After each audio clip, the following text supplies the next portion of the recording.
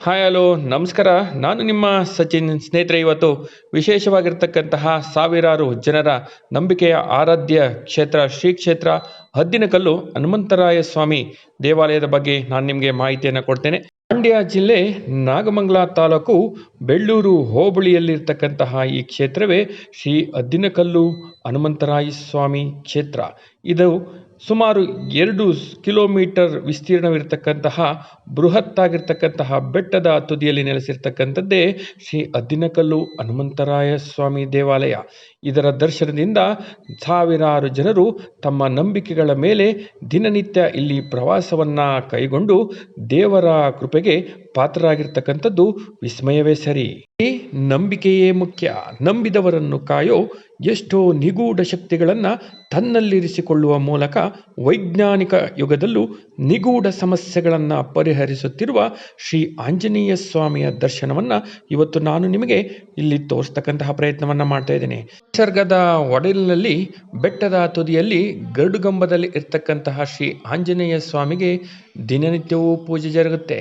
ವಿಶೇಷ ದಿನಗಳಲ್ಲಿ ವಿಶೇಷವಾಗಿರ್ತಕ್ಕಂತಹ ಅಭಿಷೇಕಗಳು, ಪೂಜೆ, ಮಹಾಮಂಗಳಾರತಿ, ಹರಕೆ ಈ ರೀತಿಯಾಗಿರ್ತಕ್ಕಂತಹ ದಿನನಿತ್ಯ ಚಟುವಟಿಕೆಗಳು ಇಲ್ಲಿ ನಡೀತಿರ್ತಕ್ಕಂಥದ್ದು ಸರ್ವೇ ಸಾಮಾನ್ಯ. ದೂರದ ಪಟ್ಟಣಗಳಿಂದ ನೂರಾರು ಜನ ಹಲವು ಸಮಸ್ಯೆಗಳನ್ನು ಹೊತ್ತು ಶ್ರೀ ಸ್ವಾಮಿಯ ಹತ್ತಿರ ಬಂದು ತನ್ನ ಸಮಸ್ಯೆಗಳನ್ನು ಪರಿಹರಿಸಿಕೊಳ್ಳುತ್ತಿದ್ದಾರೆ. ಅದರಲ್ಲಿ ಮುಖ್ಯವಾಗಿ ನಕಾರಾತ್ಮಕ ಶಕ್ತಿಗಳ ನಿಯಂತ್ರಣ ಇಲ್ಲಿಗೆ ಬಂದರೆ ಪರಿಹಾರವಾಗುತ್ತೆ ಎಂಬತಕ್ಕಂಥದ್ದು ಜನರ ನಂಬಿಕೆ. ಇಂದಿಗೂ ಆ ಜನರ ನಂಬಿಕೆಯನ್ನು ಉಳಿಸಿಕೊಳ್ಳುವ ಪ್ರಸಿದ್ಧ ಕ್ಷೇತ್ರವೇ ಶ್ರೀ ಹದ್ದಿನಕಲ್ಲು ಹನುಮಂತರಾಯ ಸ್ವಾಮಿ ದೇವಾಲಯ. ಇಲ್ಲಿಯ ಭಕ್ತರನ್ನ ಮಾತನಾಡಿಸಿದಾಗ ನನಗೂ ಕೂಡ ಆಶ್ಚರ್ಯ. ಕಾರಣ, ಆ ಭಕ್ತರೆಲ್ಲರ ಮಾತಿನಲ್ಲಿ ಇದ್ದಿದ್ದು ಒಂದೇ, ಈ ಸ್ವಾಮಿಯ ಮೇಲೆ ಅಚಲವಾದಂತಹ ನಂಬಿಕೆ. ಇಂತಹ ಪುಣ್ಯಕ್ಷೇತ್ರ ಎಷ್ಟೋ ವಿಜ್ಞಾನಕ್ಕೂ ನಿಲುಕದ ಸಮಸ್ಯೆಗಳಿಗೆ ಇಲ್ಲಿಯೇ ಪರಿಹಾರ. ನಂಬಿದರೆ ಕಲ್ಲು ಕೂಡ ದೇವರು, ಅದು ಶ್ರೀ ಹದ್ದಿನಕಲ್ಲು ಹನುಮಂತರಾಯ.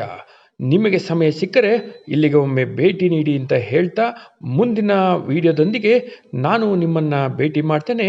ಅಲ್ಲಿವರೆಗೂ ನಮಸ್ಕಾರ.